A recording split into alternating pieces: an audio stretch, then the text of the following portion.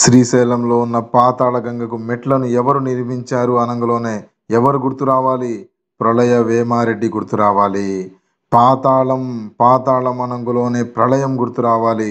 పాతాళలోకం ప్రళయం, పాతాళలోకం ప్రళయం. రైట్. ఆప్షన్స్లో మీకు పాతాళగంగకు మెట్లు అనంగలోనే 1 2 3 4 ఎక్కడో చోట ప్రళయ నాయకుడు కనిపిస్తాడు. ప్రళయం గుర్తు వచ్చేయాలి.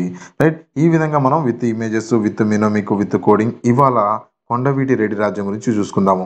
ముసునూరి నాయక రాజ్యం గురించి మనం ఆల్రెడీ పార్ట్ 1లో కంప్లీట్ చేసుకున్నాము. ఈ పార్ట్ 1లో మనం విత్ ఇమేజెస్ క్లియర్గా డిస్కస్ చేసుకున్నాము, డెప్త్గా డిస్కస్ చేసుకున్నాము. ఈ రోజు కూడా మనం కొండవీటి రాజ్యం గురించి ఈ వీడియోలో డిస్కస్ చేసుకోబోతున్నాము. ఈ సెషన్కి సంబంధించి కానీ ఏ వీడియోకి సంబంధించి అయినా సరే మనం టెలిగ్రామ్లో పీడిఎఫ్ అవైలబుల్ చేస్తాము. మీకు ప్రింటబుల్ ఫార్మాట్ ఉంటుంది, at the same time image format ఉంటుంది. మీకు ఏది కావాలంటే అది మనకి టెలిగ్రామ్ ఛానల్లో డౌన్లోడ్ చేసుకోవచ్చు. రైట్. సో మనకి కొండవీటి రెడ్డి రాజ్యం గురించి స్టార్ట్ చేసే ముందు లాస్ట్ సెషన్లో నేను చెప్పింది చిన్నగా రికాప్ చేస్తాను. మనకి కాకతీయ వంశము మన హైందత్వానికి సంబంధించి తెలుగువారి గౌరవాన్ని కాపాడుతూ కాకతీయ రాజ్యం ఉంటుంది. ఇందులో చివరిగా మనకి ప్రతాపరుద్రుడు అని చెప్పి ఒక రాజు ఉంటాడండి. ఈ ప్రతాపరుద్రుడు ఏం చేస్తూ ఉంటాడంటే రాజ్యాన్ని పరిపాలిస్తూ ఉండగా మనకి మొహమ్మద్ బిన్ తుగ్లక్ అని చెప్పి ఒక రాజు మనకి దక్షిణ దేశం నుంచి ఈ ప్రతాపరుద్రుడి మీదకి దండెత్తుతాడు. ఓకే, ఇది 5వసారి దండెత్తడం వీళ్ళు ఢిల్లీ సుల్తాన్లు. అయితే దండెత్తటంలో మనకి ప్రతాపరుద్రుడు ఓడిపోతాడు. ప్రతాపరుద్రుడు ఓడిపోయి తను ఒక నదిలో దూకి ఆత్మహత్య చేసుకుంటాడు. అక్కడి వరకు మనకి మొహమ్మద్ బిన్ తుగ్లక్ గెలుస్తాడు. ఈ మొహమ్మద్ బిన్ తుగ్లక్ ఏం చేస్తాడు అంటే గెలిచిన తర్వాత ఎక్కడ గెలుస్తారు అంటే వరంగల్ కోట మీదకు గెలుస్తాడు. ఈ వరంగల్ మీద గెలిచిన తర్వాత ఈ వరంగల్ని మనకి సుల్తాన్పూర్ అని చెప్పి వరంగల్ పేరు మార్చేస్తాడు. మార్చేసిన తర్వాత అక్కడి నుంచి వెళ్ళిపోతూ అక్కడ ఏం చేస్తాడు మనకి M&M మాలిక్ మక్బూల్ని అక్కడ ఒక గవర్నర్గా అపాయింట్ చేసి ఈ మొహమ్మద్ బిన్ తుగ్లక్ తన ఢిల్లీకి తను వెళ్ళిపోతాడు. ఓకే, అయితే ఈ M&Mని మనకి ఏం చేస్తారయ్యా అంటే 2 సంవత్సరాలు వీళ్ళు పాలిస్తూ ఉండగా ఈ ఇస్లాం పరిపాలన చాలా క్రూరంగా ఉంటుంది. హైందత్వానికి చాలా ప్రాబ్లమాటిక్గా ఉంటుంది. హైందత్వం తుడిచిపోతూ ఉండే సమయంలో మనకి ప్రళయంలాగా మన ముసునూరి ప్రళయ నాయకుడు అని చెప్పి ఒకతను వచ్చేస్తాడు. వచ్చి ఏం చేస్తాడయ్యా అంటే ఈ మహమూద్ మక్బూల్ని పారదోలుతాడు వరంగల్ నుంచి. ఓకే, అయితే దీనికి సంబంధించి ఈ ముసునూరి ప్రళయ నాయకుడికి తోడుగా ఇంకొక రాజు వస్తాడు. ఎవరయ్యా అంటే మనకి ప్రళయ వేమారెడ్డి పేరు చాలా కన్ఫ్యూజ్ అవుతూ ఉంటారు. ముసునూరి ప్రళయ నాయకుడు మనకి ముసునూరి వంశానికి సంబంధించినాడు. దాని తర్వాత ప్రళయ వేమారెడ్డి, ఇతని ముందు పేరు ముసునూరి అని ఉండదు. దాని తర్వాత వేమారెడ్డి అనే ఉండదు, ఇతనికి వేమారెడ్డి అని ఉండదు. ఓకే, ప్రళయ అనేది కామన్గా ఉంటుంది, జాగ్రత్త చూసుకోవాలి. అయితే ఈ ప్రళయ వేమారెడ్డి ఏం చేస్తాడయ్యా అంటే రెడ్డి రాజ్యానికి సంబంధించిన అతను. ఓకే, ఇతని రాజధాని ఏదయ్యా అంటే మనం చూసుకుంటే మనకి ఇది ఇండియా మ్యాప్ చూసుకుంటే మనకి తెలుగుదేశం ఆంధ్రదేశానికి సంబంధించి చూసుకుంటే తెలుగు వాళ్ళది అద్దంకి, దాని తర్వాత మనకి కొండవీడు తర్వాత మనకి కొద్దిమంది తర్వాత రాజమండ్రి. ఓకే, ఈ కొండవీడు, అద్దంకి అండ్ రాజమండ్రి ప్లేసెస్ని వీళ్ళు ఏం చేస్తారా అంటే వాళ్ళ రాజధానిగా మొదలు పెట్టుకుంటారు. అయితే ఈ కొండవీడు రాజ్యానికి సంబంధించి చూసుకుంటే మనకి కొండవీడు రెడ్డి రాజ్యానికి సంబంధించి చూసుకుంటే వీళ్ళ రాజలాంఛనం ఏంటంటే అంటే ఎద్దు. ఓకే, మనం చూసుకుంటూ ఉంటాము రెడ్లల్లో ఎన్ని రకాలు ఉన్నాయో వడ్లల్లో ఎన్ని రకాలు ఉన్నాయో వడ్లు తెలుసు కదా, వడ్లల్లో ఎన్ని రకాలు అయితే ఉన్నాయో రెడ్లల్లో కూడా అన్ని రకాలే తెగలు ఉన్నాయి అని చెప్పి మన నానుడి ఇది ఒకటి. ఓకే, మనం అనుకుంటూ ఉంటాము. అయితే ఈ రెడ్లు వడ్లు అనేవి బాగా కలుస్తున్నాయి కాబట్టి మనం దీనికి సంబంధించి ఈ వంశం ఏంటయ్యా అంటే పంట అనగానే వడ్లు అనేది మనం గుర్తుపెట్టుకోవచ్చు. ఎవరిని ఉద్దేశించి కాదండి, జస్ట్ మనం గుర్తుపెట్టుకోవడానికి. ఓకే, సో నెక్స్ట్ చూసుకుంటే మనకి వీళ్ళ కులం ఏదయ్యా అంటే మనకి దేశేటి కులము. దాని తర్వాత కులగురు ఎవరయ్యా అంటే మనకి కుంటు మల్లారెడ్డి. ఓకే, కుంటు మల్లారెడ్డి గారు వీళ్ళకి కులదైవంగా ఉంటారు. గొప్పవాడు ఎవరయ్యా అంటే మనకి అనవేమారెడ్డి. వీళ్ళ గురించి చదివేటప్పుడు వీళ్ళ హిస్టరీ చదివేటప్పుడు ఇతను గొప్పవాడు ఎందుకు అయ్యాడనేది మనకు క్లియర్గా అర్థమైపోతుంది. ఓకే, చివరి వాడు ఎవరయ్యా అంటే మనకి రాచవేమారెడ్డి. ఓకే, ఈ రాచవేమారెడ్డి గురించి జస్ట్ స్లైడ్గా తెలుసుకోవాలి అనుకుంటే ఇతను మన ఏదైతే మొహమ్మద్ బిన్ తుగ్లక్ ఉన్నాడు కదా, పిచ్చి తుగ్లక్ అనుకుంటూ ఉన్నాం కదా, ఈ పిచ్చి తుగ్లక్ ఎలా అయితే ఉన్నాడో ఈ రాచవేమారెడ్డి కూడా పిచ్చి తుగ్లక్ లాంటోడే. ఇతను ఏం చేస్తాడయ్యా అంటే మనకి పురటి సుంకం అని చెప్పి ఒక సుంకం తయారు చేస్తారండి. పురటి సుంకం. ఓకే, పురటిలో ఉన్నప్పుడు సుంకం వేస్తూ ఉంటాడు. అయితే ఇలాంటి పిచ్చి పనులు చేశాడు కాబట్టి ఇతన్ని జనాలు కొట్టి చంపేశాడు అని చెప్పి కూడా ఒక వాదన ఉంది. రచ్చ చేస్తాడు. ఓకే. రచ్చ చేస్తాడు. రచ్చ వేమారెడ్డి రచ్చ చేస్తాడు. రచ్చ చేసినందుకే చివరి వాడైపోతాడు. ఓకే. మీరు కూడా రచ్చ చేయకండి. రచ్చ చేయకుండా ప్రశాంతంగా చదువుకోవాలి. ఓకే. రాజభాష ఏందయ్యా అంటే సంస్కృత భాష వీళ్ళది. నెక్స్ట్ చూసుకుంటే మనకి ఏపీ హిస్టరీకి సంబంధించి ఇలా with images, with coding, with animations మీరు చదవాలనుకుంటున్నారా? ఫ్యాక్ట్స్, నెంబర్ ఆఫ్ ఫ్యాక్ట్స్ ఉంటాయండి. ఈ రోజు చదివారు అంటే ఒక 10 డేస్ తర్వాత మళ్ళీ మీరు వెళ్ళి పుస్తకం ఓపెన్ చేశారు, లేదంటే ఒక టెస్ట్ ఇచ్చారు అంటే ఏపీ హిస్టరీ ఏం గుర్తుండవు. కానీ నా కోడింగు, నా క్లాసెస్, నా ఇమేజెస్ విత్ కోడింగ్, యానిమేషన్స్ చదివారనుకోండి లైఫ్ లాంగ్ గుర్తుండిపోతుంది. ఆ రకంగానే నా క్లాసెస్ ఉంటాయి. జోగి నాయుడు, బిఎస్ఎల్ హనుమంతరావు ఇలాంటి డెప్త్ కంటెంట్‌లో నుంచి నేను మీకు కంటెంట్ ప్రిపేర్ చేసి ఉంటాను. ఓకే. అయితే ఏపీ హిస్టరీకి సంబంధించి ఈరోజు మనకు ఆఫర్‌లో 499కే అవైలబుల్‌గా ఉంది. ఏపీ హిస్టరీకి సంబంధించి ఎవరైనా కావాలనుకుంటే వెళ్ళి ఎన్రోల్ చేసుకొని సబ్జెక్ట్ మొత్తం ఉంటుంది అందులో. ఓకే. ఏపీ హిస్టరీకి సంబంధించి ఏ టు జెడ్ అన్నీ అందులో కవర్ అయి ఉంటాయి. కావాలనుకుంటే ఇప్పుడే మీరు యాప్‌లో వెళ్ళి డిస్క్రిప్షన్‌లో లింక్ ఉంది. యాప్ డౌన్లోడ్ చేసుకొని తీసుకోవచ్చు. అంటే నా మొబైల్ నంబరు 9491370061. ఎవరైనా కావాలనుకుంటే వాట్సాప్‌లో నన్ను కాంటాక్ట్ అవ్వచ్చు. రైట్. ఏపీపీఎస్సికి సంబంధించి ఏ కోర్స్ అయినా సరే ఇలానే ఉంటాయి మన దగ్గర. ఓన్లీ ఏపీ హిస్టరీ అనే కాదు. పాలిటిక్స్ సంబంధించి ఆర్టికల్స్ ఎలా గుర్తుపెట్టుకోవాలి, దాని తర్వాత ఎకానమీకి సంబంధించి number of current affairs facts ఉంటాయి. దాని తర్వాత షార్ట్ ఫామ్స్ ఉన్నాయి. దాని తర్వాత గవర్నమెంట్ స్కీమ్స్ ఉంటాయి. ఇవన్నీ గుర్తుండవండి. పాలిటిక్స్ సంబంధించి ఆర్టికల్స్, అమెండ్మెంట్స్ ఇవన్నీ గుర్తుండవు. ఓకే. ఇన్ డెప్త్‌గా ఆర్టికల్స్ ఎక్కడ గుర్తుపెట్టుకోవాలో అక్కడ నేను మినమిక్ ఇచ్చేస్తాను. అండ్ ఎక్కడైతే సబ్జెక్ట్ అవసరమో ఇన్ డెప్త్‌గా సబ్జెక్ట్ కూడా చెప్తాను. ఓకే. మీరు యూట్యూబ్‌లో గాని ఎక్కడైనా చూసారు అంటే ఓన్లీ కోడింగు లేదంటే ఓన్లీ సబ్జెక్టు ఇవే దొరుకుతాయి. 2 ఒకే చోట కాంబినేషన్‌లో దొరికే ఒకే ఒక ఛానల్ మన స్కై అకాడమీ. రైట్. సబ్స్క్రైబ్ చేసుకోండి, లైక్ చేస్తూ మూవ్ అవ్వండి. రైట్. సో కొండవీటి రెడ్డి రాజ్యం గురించి చూసుకున్నారు అంటే రెడ్డి రాజులు మొదటి వారు ఎవరయ్యా అంటే మనకి Kamareddy. Okay. No more commas and full stops. Kamareddy. మన కామాలు ఉండవు, ఫుల్ స్టాప్లు ఉండవు. వెళ్ళిపోతూ ఉండటమే. Right. No more commas and full stops. Reddy రాజ్యం స్టార్ట్ అయిపోయింది. ఇతని కుమారుడు కోమటి ప్రళయారెడ్డి. ఓకే. వీరు కాకతీయ ప్రతాపరుద్రుడు ఎవరైతే ఉన్నాడో చివరి వాడు చెప్పాను కదా కాకతీయ ప్రతాపరుద్రుడు ఇతనే కదా. పాపం ప్రతాపము రౌద్రము 2 ఉన్నాయి. అందుకనే ఓడిపోయాడని చెప్పి తను హ్యూమిలేట్ అయిపోయి ఒక నదిలో దూకి చనిపోతూ ఉంటాడు మనకి. ఓకే. సో కాకతీయ ప్రతాపరుద్రుని కాలంలో వీళ్ళు ఏం చేస్తారయ్యా అంటే మనకి పాకనాడు, పుగినాడు, వెలనాడు ప్రాంతాల్లో వీళ్ళు నాయంకారులుగా మన కాకతీయ రాజ్యంలో చూసుకుంటే కాకతీయ గురించి నేను ఆల్రెడీ చెప్పాను మీకు. అందులో నాయంకార్ల వ్యవస్థ ఒకటి ఉండేది. ఓకే. జమీందారు వ్యవస్థ లాగే నాయంకార్ల వ్యవస్థ ఉండేది. ఈ నాయంకార్ల వ్యవస్థలో కాకతీయులకి సంబంధించి నాయంకారులుగా వీళ్ళు ఎవరు మనకి కోమటి ప్రళయారెడ్డి కానీ దాని తర్వాత కామారెడ్డి కానీ వీళ్ళందరూ అక్కడ ఉంటారు. రైట్. సో రెడ్డి పదానికి రట్టడి, రడ్డి, రడ్డు, రెడ్డి అనే రూపాలు ఉన్నాయండి రెడ్డి పదానికి. అయితే రట్టడి అనే పదం నుంచే మనకి రాష్ట్రకూట అనే పదం ఒకటి ఉంటుంది. రాష్ట్రకూట, రెడ్డి ఈ పదాలు సంస్కృతంలో మనకి తెలుగులోకి వచ్చేసప్పటికి రెడ్డిగా మారింది అని చెప్పి ఒక వాదన. రైట్. సో నెక్స్ట్ చూసుకుంటే మనకి కొండవీటి రెడ్డి రాజ్యంలో రాజులు ఎవరెవరు ఉన్నాయా అంటే మనకి ప్రళయ వేమారెడ్డి, అనుపోతారెడ్డి, దాని తర్వాత అనువేమారెడ్డి, కుమారగిరి రెడ్డి, పెద్ద కోటమరెడ్డి, దాని తర్వాత ఫైనల్గా రచ్చ చేసిన రచవేమారెడ్డి ఉన్నారండి. ఓకే. వీళ్ళ గురించి ఒక్కొక్కళ్ళ గురించి మనం చూసుకుంటా వెళ్ళామంటే మనం ఫస్ట్ ప్రళయ వేమారెడ్డి గురించి చూసుకున్నాము అంటే మనకి ప్రళయం సృష్టించిన ప్రళయ వేమారెడ్డి ఇతను రాజధాని ఏం చేసుకున్నాడు అంటే అద్దంకిని రాజధానిగా చేసుకున్నాడు. అద్దంలో చూస్తే ప్రళయం కనిపించింది ఇతనికి. ఓకే. ప్రళయం ఎక్కడ కనిపించిందయ్యా అంటే అద్దంలో కనిపించింది.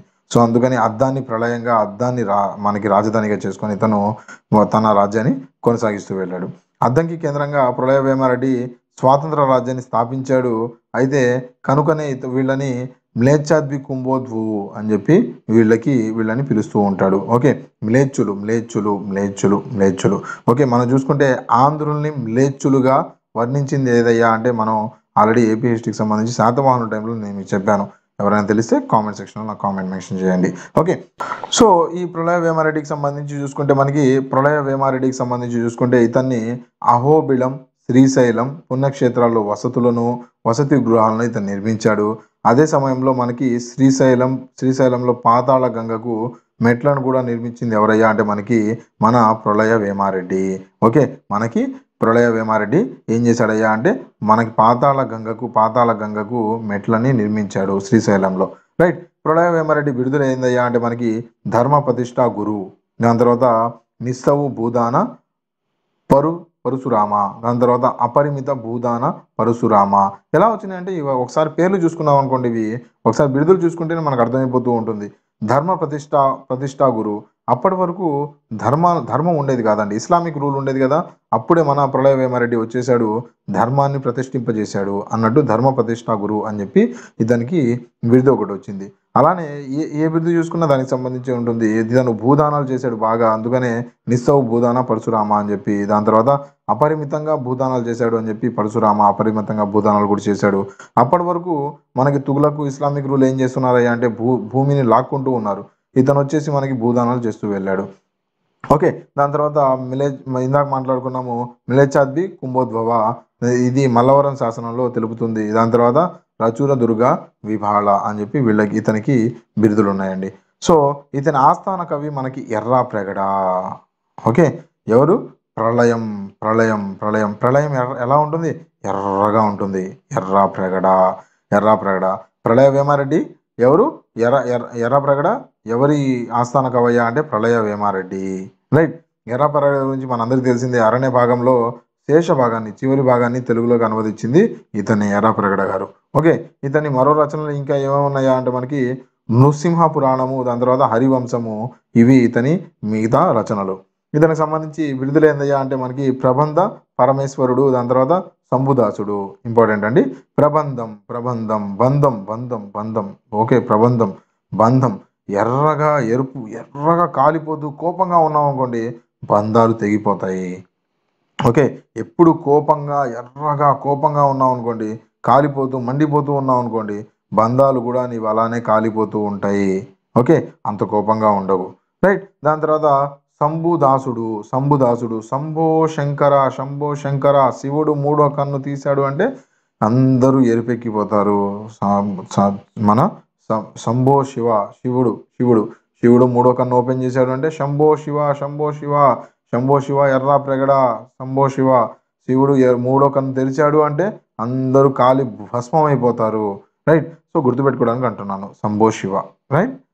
సో నెక్స్ట్ చూసుకుంటే ఆస్థాన కవి గురించి చూసుకున్నాము. నెక్స్ట్ చూసుకుంటే మనకి అనవత రెడ్డి అండి. ఇతను అనవత రెడ్డి మనకి 1354 నుంచి 64 వరకు 10 సంవత్సరాలు పోలిచ్చాడు. మనకి ప్రళయ వేమారెడ్డికి పెద్ద కొడుకు అండి ఇతను అనువతారెడ్డి. ఓకే, ఇతన్నే మనకి వీరన్న పోతుగా ప్రసిద్ధి చెందాడండి. ఓత పోత. ఓకే, పోత ఇలా గుర్తుపెట్టుకోవడానికి చెబుతున్నాను. పోతు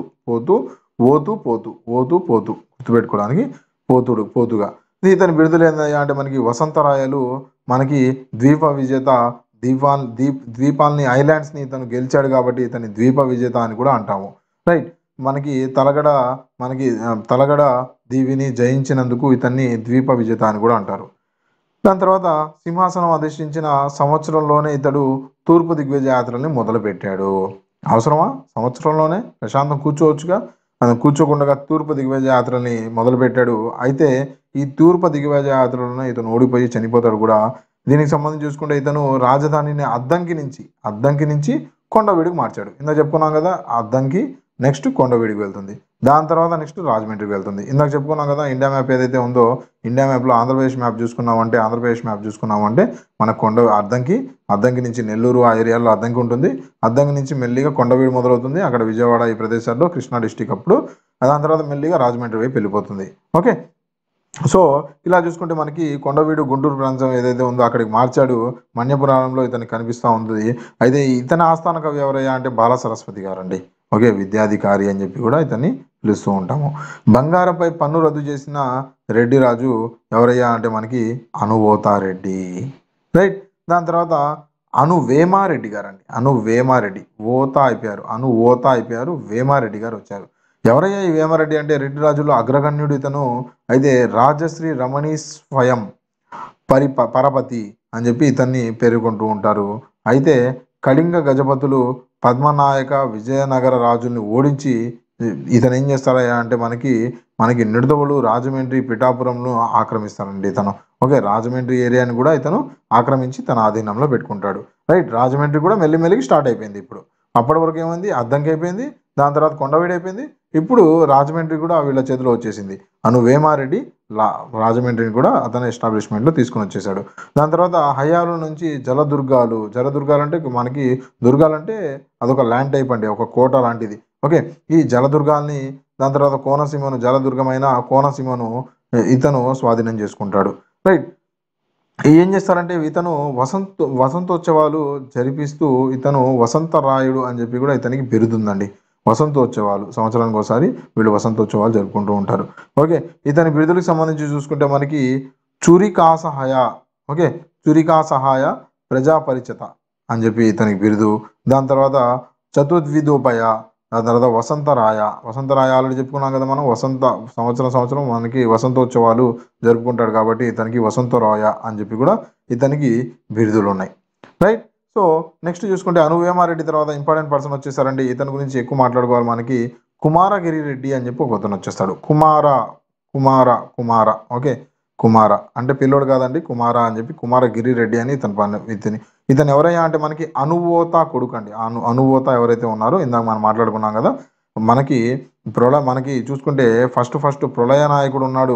ప్రళయ రెడ్డి ప్రళయ వేమారెడ్డి, ప్రళయ వేమారెడ్డి ఉన్నాడు, పివిఆర్ గారు. ఆయన తర్వాత మనకి అనువోత గారు వచ్చారు. దాని తర్వాత వాళ్ళ కొడుకు కుమారగిరి గారు వచ్చారు రాజ్యంలోకి. ఓకే.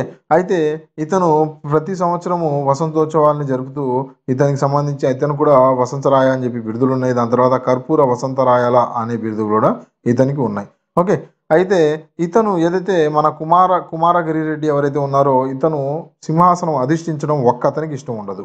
ఎవరికి ఇష్టం ఉండదయ్యా అంటే మనకి వాళ్ళ బావ కాటమ వేమారెడ్డికి ఇష్టం ఉండదు. ఓకే. కుమార వర్సెస్ కాటమ మొదలైంది. మనకి కుమార వర్సెస్ కాటమ మొదలైందండి ఇప్పుడు. రైట్. సో కే వర్సెస్ కే స్టార్ట్ అయింది. అయితే కాకపోతే వీళ్ళు ఏం చేస్తారంటే ముందు కొట్టుకుంటారు సింహాసనం కోసం, కానీ కొట్టుకుంటూ ఉంటారు ఇద్దరు కుమార వర్సెస్ కాటమ ఇద్దరు కొట్టుకుంటూ ఉంటారు. కాకపోతే మెల్లిమెల్లిగా ఏమవుతుందంటే ఒక సంధి చేసుకుంటారు. సంధి చేసుకొని కుమార ఫస్ట్ నువ్వు ఉండు, నీ తర్వాత నేను వస్తాను అని చెప్పి కాటమ ఓకే అంటాడు. ఓకే, ఫస్ట్ నువ్వు సింహాసనంలో ఉండు, దాని తర్వాత నీ కొడుకులు వాళ్ళ కొడుకులు కాదు, నెక్స్ట్ నీ తర్వాత సింహాసనం నేను వస్తాను అని చెప్పి కాటం అడుగుతాడు. సరే ఓకే అని చెప్పి ఇచ్చేస్తాడు. ఓకే. సో అయితే వీళ్ళిద్దరి మధ్య సంధి కుదిరింది కాబట్టి ఈ కాటమరాయుడు ఎవరైతే ఉన్నారో ఫుల్ ఫేమస్, ఇతను ఫుల్ బాగా ఇతని దగ్గర యుద్ధ నైపుణ్యాలు బాగా ఎక్కువ ఉంటాయి. ఇతను ఏం చేస్తాడయ్యా అంటే మనకి ఇతను బావ కాటమరెడ్డి కుమారరెడ్డి రాజ్యాన్ని రాజమండ్రి నుండి సింహాచలం వరకు ఇతను విస్తరించేస్తాడు. మనకి రాజమండ్రి నుంచి సింహాచలం వరకు మనకి ఎక్స్పాండ్ చేస్తాడు ఇతను. ఎవరు? కాటమ వేమారెడ్డి. కాటమ గారి గురించి మాట్లాడుకుంటున్నాం. కాటమ మంచి యుద్ధ నైపుణ్యాలు ఉన్న అతను. సో అందుకని ఇతను ఏం చేస్తాడయ్యా అంటే రాజమండ్రి నుంచి సింహాచలం వరకు ఇతను ఎక్స్పాండ్ చేస్తాడు. ఎక్స్పాండ్ చేసిన తర్వాత ఏం చేస్తాడయ్యా అంటే మనకి ఇతను ఏం చేస్తాడంటే రాజమండ్రి అని చెప్పి ఒక క్యాపిటల్ సిటీ ఒకటి తయారు చేసి ఒక ఏరియా మొత్తాన్ని రాజమండ్రి, ఇది క్యాపిటల్ సిటీ, రాజమండ్రి క్యాపిటల్ సిటీగా చేసి ఒక ఏరియా, పెద్ద ఏరియాని ఇతను ఏం చేస్తారంటే మన కుమారగిరి రెడ్డి అతని కుమారుడు ఎవరైతే ఉన్నాడో, ఓకే, అతని కుమారుడు ఎవరైతే ఉన్నాడో ఆ కుమారుడికి ఈ రాజమండ్రిని నువ్వు చూసుకో అని చెప్పి ఇతనికి ఇచ్చేసి వెళ్ళిపోతాడు. అయితే ఇప్పుడు కాటమరాయుడికి మళ్ళీ కోపం వస్తుంది. ఓకే, సంపాదించింది ఎవరు, కష్టపడింది ఎవరు? కాటమ గారు. ఏం చేస్తున్నాడు కుమారగిరి గారు ఏం చేశారంటే వాళ్ళ కొడుకు ఇస్తూ ఉంటాడు. ఓకే. సో అయితే మళ్ళీ చూసుకుంటే ఇతనికి సంబంధించి చూసుకుంటే మన కుమారగిరి రెడ్డి గురించి చూసుకుంటే మనం వెనక్కి కొద్దిగా వచ్చేస్తే ఇతని రచన వసంత రాజ్యం అనే నాట్యశాస్త్రం అని చెప్పి ఒక సంస్కృతంలో ఇతను రాస్తాడు. ఇతని బిరుదు చూసుకుంటే కర్పూర వసంతరాయలు అని చెప్పి ఇతని బిరుదు. ఓకే. ఇతని బావమరిది కాటమరెడ్డి కాళిదాసు నాటకాలకు కుమారగిరి రాజ్యం అని చెప్పి ఇతను పేరుతో సంస్కృతంలో వ్యాఖ్యానం చేస్తాడండి. ఓకే, ఎవరు? కాటమ గారు యుద్ధ నైపుణ్యాలే కాదు, ఈ నైపుణ్యాలు రచించే నైపుణ్యాలు కూడా ఒక రచయిత కూడా అతనిలో దాగున్నారు కాటమరాయుడు గారి దగ్గర.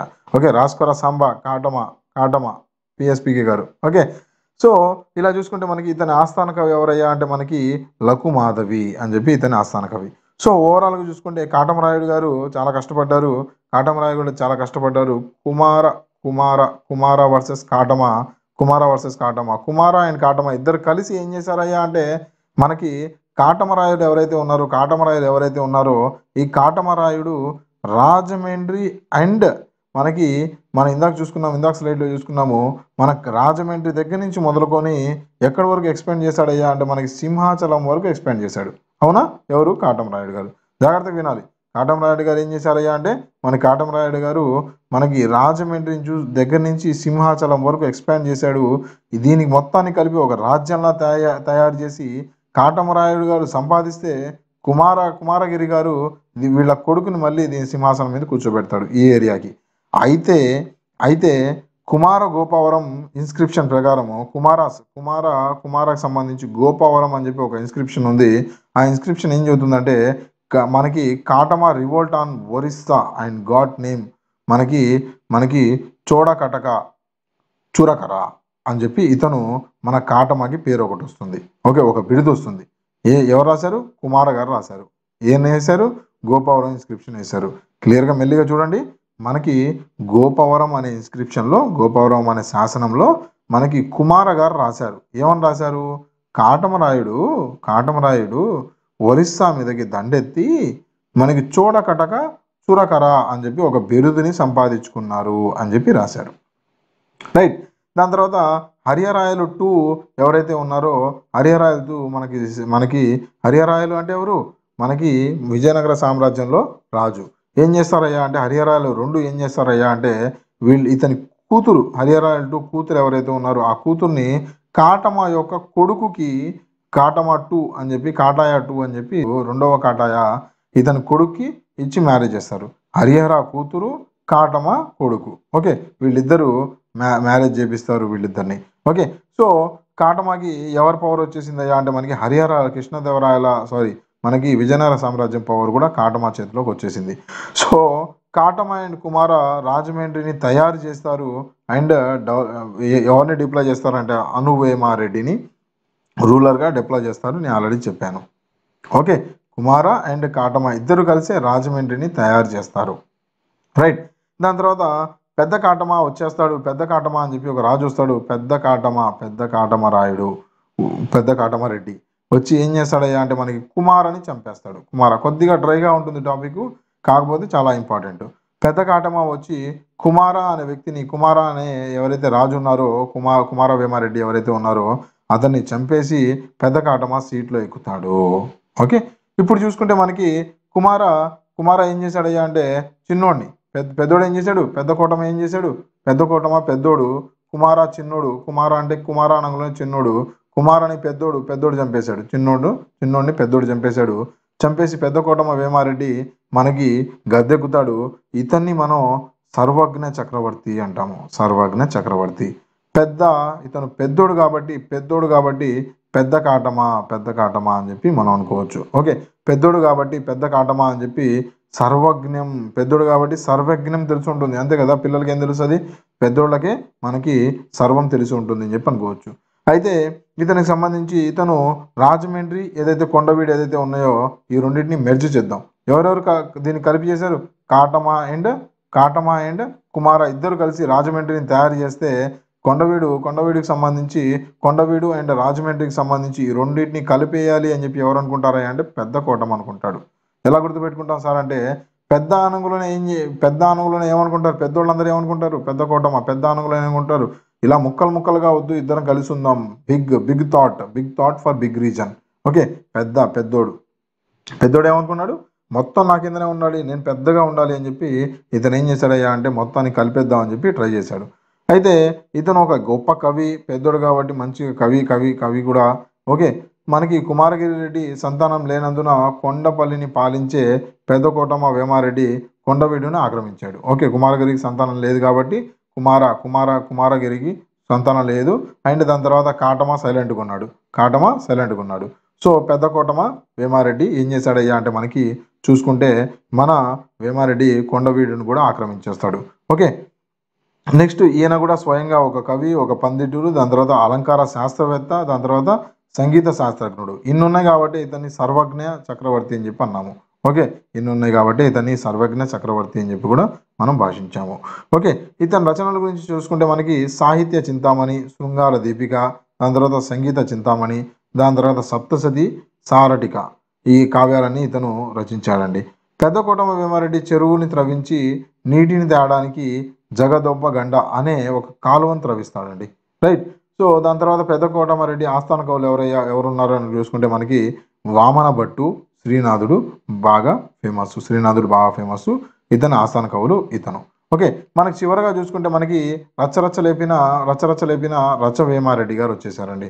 ఇతను అసమర్థుడు, దాని తర్వాత వివేక శూన్యుడు అండి. ఇతను జీరో, అందుకనే కదా చివరిగా ఉన్నాడు.